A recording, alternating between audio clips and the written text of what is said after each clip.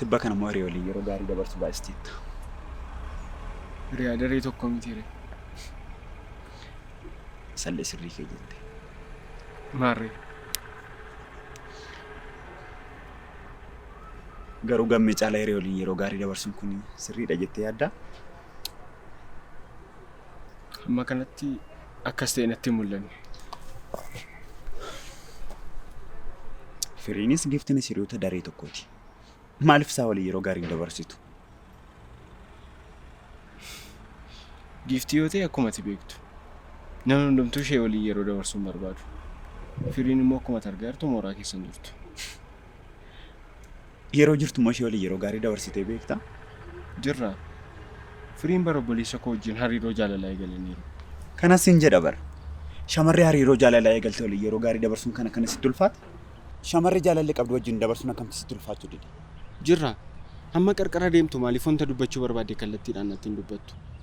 Hariiroo waliin qabdan isintu wal beeka. Garuu hireen isa waan adda ta'e waliin hin qabnu jetteetti.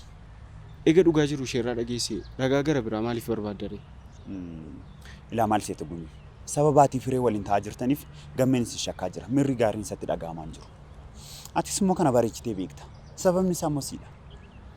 Kanaaf immoo osoo atis waan jiru kana sirreessitee gammee wajjin ilaalcha kaleessa waliin qabda sanitti deebitanii gaariidha jedhee yaada. Maali? Hiree irraa fagaachuun haga kan sitti ulfaata moo? Jirra. Hireen bara ogeettiidha.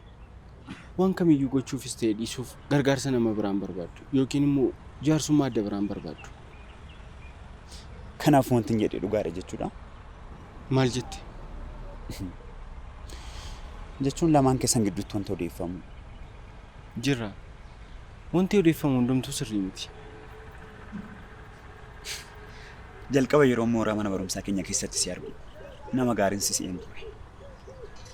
Garuu amma yeroon yaadu dogoggoreera natti fakkaate. Jirraa lakkiin dogoggorre jetta yoo ta'e immoo jaalala yeroo dheeraadhaaf nuuraa namootaa keessa ture kana diigamuu isaa oolchiti eenyummaa kennutti agarsiisi.